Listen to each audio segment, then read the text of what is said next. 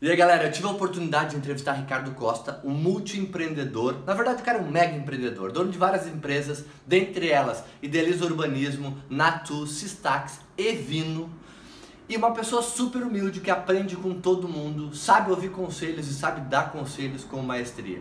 Então eu espero que vocês gostem da entrevista do jeito que a gente aproveitou. Foi uma satisfação ter participado, ter feito essa entrevista com ele. Sou muito grato por isso. Eu tenho certeza que isso vai ter um impacto muito grande na vida de vocês. Curte ela que vale a pena cada minuto. Fechou? Abraço!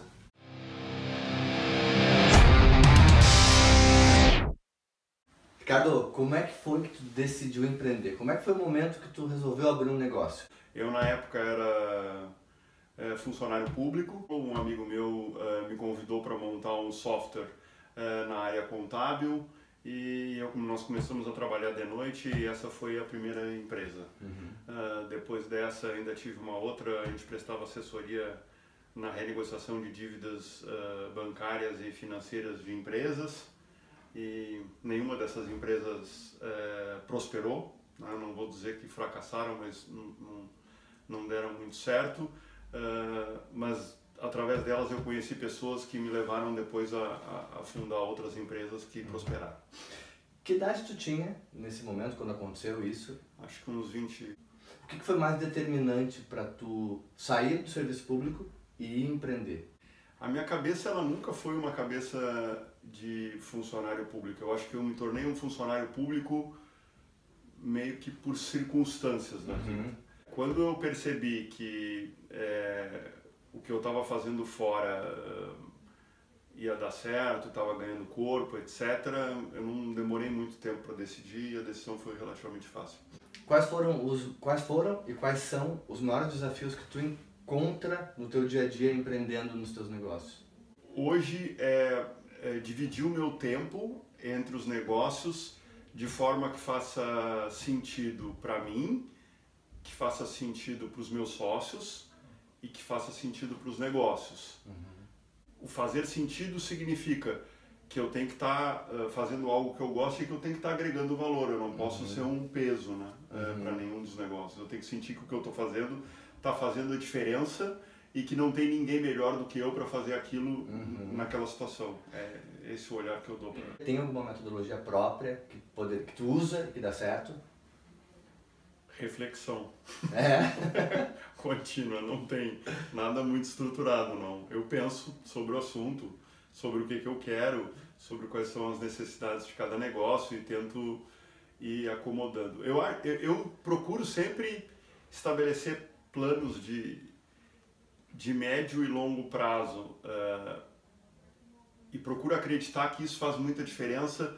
E eu acho que talvez faça diferença no mindset que a gente acaba desenvolvendo, né? De pensar longe.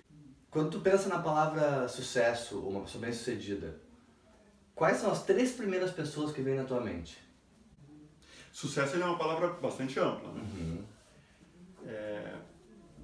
Eu tenho uma memória que impactou bastante a minha vida de sucesso, e aí é uma coisa um pouco fora dos livros, aí, mas depois eu volto pro... Eu tenho como uma referência de sucesso a minha mãe. A minha mãe, eu acho que ela era uma pessoa que ela sabia equilibrar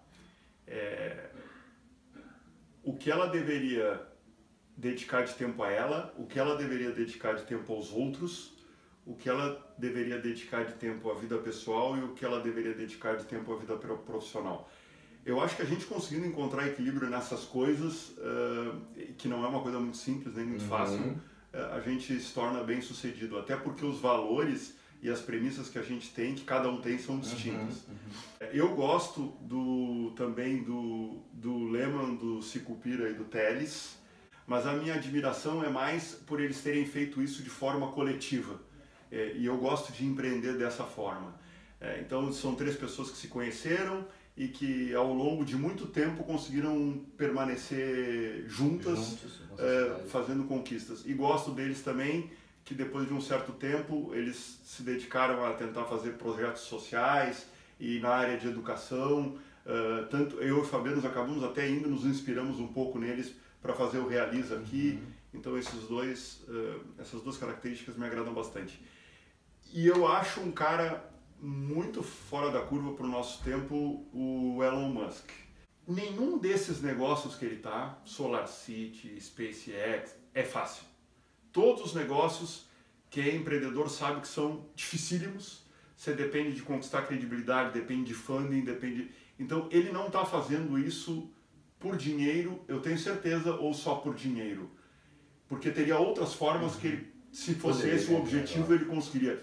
Existe alguma forma que tu usa para emular, né, para entender o mindset desses empreendedores e que tu adequa um pouco para ti e fala, eu vou pensar um pouco assim, um pouco assado, que nem esse cara faz, para eu ter uns resultados semelhantes ou ir na mesma linha de raciocínio? Não, eu gosto de ler biografia. Sempre gostei de ler. Eu não sou uma pessoa que lê muito romance, eu gosto de ler biografia, eu gosto de ler história verdadeira. Eu acho que, bom, a história ela é tão rica, né? Mas eu não vou dizer que tem uma metodologia de autotreinamento, auto-coaching que eu utilize, porque não tem. Ricardo, tu tem algum hábito, alguma rotina que tu faz ou de manhã ou durante o teu dia que ajuda você a se manter equilibrado e balanceado durante todas essas necessidades que tu tem? Eu não tenho nenhuma rotina, não significa que eu não acredite que rotinas ajudam. Eu acho que é um hábito que eu sempre cultivei, não sei se com esse objetivo, mas que eu acho que ajuda muito na organização do tempo da gente, é procurar ser pontual.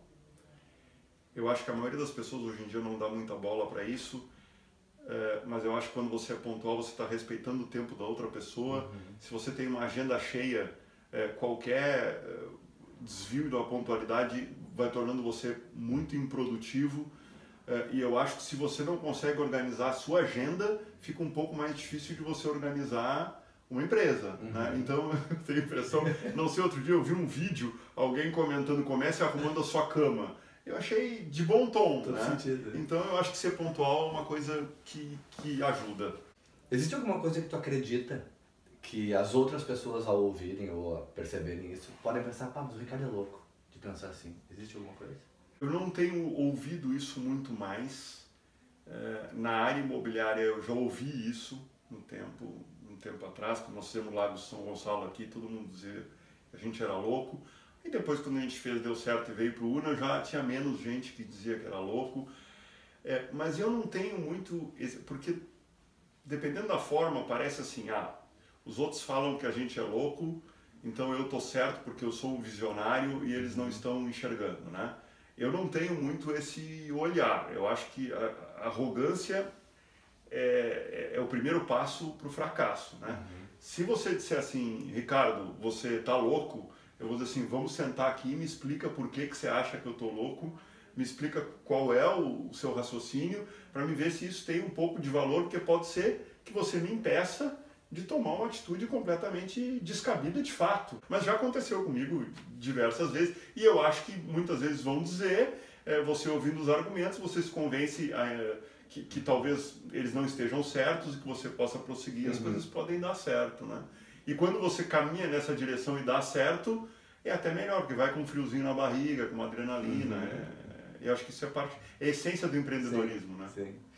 Qual tu acredita que é o pior conselho que as pessoas dão para jovens empreendedores? Eu acho que os conselhos, eles são sempre bem-vindos. Se forem de pessoas mais experientes ou mais velhas, devem ser ouvidos até, eu acho que mais atentamente, tem mais estrada. Eu acho que esse mix, eu tenho sócio mais velho que eu, né, o mais experiente, e tenho talvez sócios menos experientes, mas com potencial de ultrapassagem, digamos assim, né? E eu acho que esse mix ele é saudável. E eu acho que os conselhos, o filtro é nosso, né? Então, o conselho ele é sempre bem-vindo, né? Eu tenho que ter depois uma cognição ali para separar o que se aplica a mim e o que não se aplica. Se você pudesse voltar no tempo, lá com 21 anos, né, 25 anos, e ter uma conversa com o Ricardo daquele período, como é que seria essa conversa? Não sei o resultado dessa conversa. Eu acho que o que acontece aí, para ser sincero, é o seguinte, é um pouco... A conversa talvez que eu esteja tendo com os meus filhos, né? Mas só que espaçado, né? Sim. Ao longo de muitos anos, que eu também não sei exatamente o efeito que vai provocar. Eu digo isso porque eu acho que a gente aprende muito ouvindo os outros e filtrando, mas o processo que faz efetivamente a gente mudar de comportamento, ele começa quando a gente começa a fazer alguma coisa com alguém. Pelo menos comigo sempre foi assim, né? Mas assim, por mais que as pessoas falem, eu acho que são os exemplos, e aí os exemplos você obtém quando você convive. Né? A gente é o resultado das pessoas com quem a gente convive. A gente é a média das 5 pessoas que a gente mais convive. Eu acredito muito nisso. Né? E eu acho que isso, de uma certa forma, já desmistifica a primeira parte. Né? Não é uma pessoa que... Claro que ela pode dar um conselho extremamente útil. Ontem eu fui almoçar e deram um conselho que eu já apliquei hoje. Teria alguma coisa que o Ricardo diria pro Ricardo mais jovem lá, assim, Ricardo, não faz isso na tua trajetória e faz isso com mais intensidade? Eu olho muito no longo prazo. No longo prazo, para as coisas darem certas, você tem que se juntar com pessoas que partilhem de valores semelhantes aos seus, com capacidades complementares, tem que haver empatia. Talvez alguns dos negócios que eu fiz não tenham prosperado em virtude de eu não ter associado com as melhores pessoas, não que as pessoas fossem... não é nenhum demérito, eu estou dizendo que não combinavam com o meu estilo. Né? Hoje, quando eu vou olhar uma coisa, eu acho que muitas vezes é mais importante as pessoas que estão envolvidas. Isso, aliás, é um mantra lá de startup, né? Nos pitches, lá, volta e meia, avaliam o quê? Avaliam as pessoas, porque eles sabem que é um processo de tentativa e erro. Se você tiver com pessoas que têm fit entre si, que combinam, vai chegar uma hora que elas vão descobrir um modelo e vão deslanchar. Então, eu acho que esse é um conselho que eu persigo hoje, e se eu tivesse sabido mais tempo, talvez eu tivesse economizado um pouco na minha trajetória. Qual comportamento que tu aprendeu em toda a tua trajetória de empreendedor, 1 ou 2 ou mais, enfim, fica à vontade para responder, que tu acredita que toda pessoa deveria pensar em adquirir isso, tanto para empreender, quanto para conviver dentro de uma empresa como colaborador ou como em qualquer situação? Tratar as outras pessoas de forma justa, da forma que você gostaria de ser tratado, tentar ser uma pessoa correta. Eu vou explicar o porquê, que eu acho que isso é tão relevante e eu acho que isso tem um efeito no longo prazo absurdo. Para empreender, você não consegue empreender se você não conquistar a confiança. Você só consegue empreender se você conquistar a confiança dos seus sócios, das pessoas que vão trabalhar com você, elas têm que confiar em você, das pessoas que vão comprar de você. Então, basicamente, está tudo estruturado em cima de confiança. Você só consegue conquistar a confiança das pessoas se você for confiável. Se você não for confiável, isso pode até dar certo, mas não vai dar certo durante muito tempo. Você hoje é empreendedor de mais de um tipo de segmento, certo? Como é que foi a hora que você partiu para empreender em outro segmento e como é que você gerencia o teu mindset para tratar com negócios diferentes? Então, isso não foi nunca algo muito estranho e que exigisse um esforço muito grande de adaptação minha. Agora, mais recentemente, eu tive contato com outras pessoas que também são empreendedoras e ficou ainda mais claro para mim que os negócios todos eles não são tão diferentes entre si. Eles são, aliás, muito similares. O que torna eles, em geral, bem-sucedidos ou mal-sucedidos é a gestão de pessoas. Então, é você conseguir ter as pessoas certas, fazendo as coisas certas, remuneradas em conformidade. E se você olha com esse olhar, que no fundo é tudo gestão de pessoas, os negócios, assim, não é tão diferente fazer uma coisa de fazer outra, as coisas elas ficam um pouco mais simples de serem visualizadas, né? Eu acredito muito que para que as coisas, se você é um empreendedor nato, e você pode ter um negócio que você toca e é extremamente bem sucedido, mas se você quer ter uma empresa maior, você só consegue isso na medida em que você não é mais vamos supor, o o limitador. Você precisa de outras pessoas mais capazes ou tão capazes como você. E aí a problemática acaba sendo a mesma para todos os negócios, que é, você precisa estar sempre contratando gente, você precisa contratar pessoas boas e com valores semelhantes, e você precisa estabelecer uma mecânica de gestão que essas pessoas se sintam confortáveis, valorizadas, produtivas e estimuladas. E isso, se você fizer, eu arrisco dizer que vai funcionar em qualquer negócio. Existe algum device ou aplicativo que te ajuda a vencer as rotinas de empreendedor? Existem o que a gente chama de dashboards, né? São essas ferramentas de BI lá, que aí você baixa.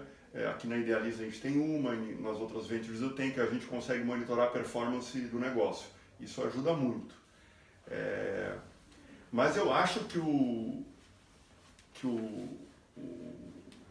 o app que funciona e que é antigo para melhorar a nossa produtividade, a nossa rotina, é o despertador. Você acordando cedo. Eu conheço pouca gente que acorda cedo que não vai longe. Se acordando cedo e começando a trabalhar, vai. Que horas você acorda? Eu acordo cedo. Eu te falei, eu tenho insônia. Eu acordo... Também durmo. Não, eu acordo 2h30 da manhã, 3, aí fico 2 horas acordado, aí volto a dormir, aí acordo às 7. É irregular. Mas mesmo com insônia, eu acordo cedo e eu vou dormir cedo. Em geral, 10 horas da noite, 10h30, mais tardar, eu estou dormindo. Perfeito. Se você tivesse a oportunidade de escrever alguma coisa no outdoor bem grande, na Avenida Paulista, por exemplo, o que tu escreveria lá? Eu escreveria, não olhe para o lado, olhe para frente.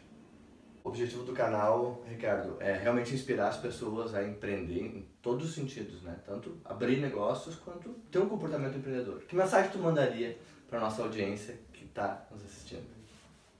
Eu acho que cada um, eu acho que tem que olhar para dentro de si. A gente não pode fugir da gente.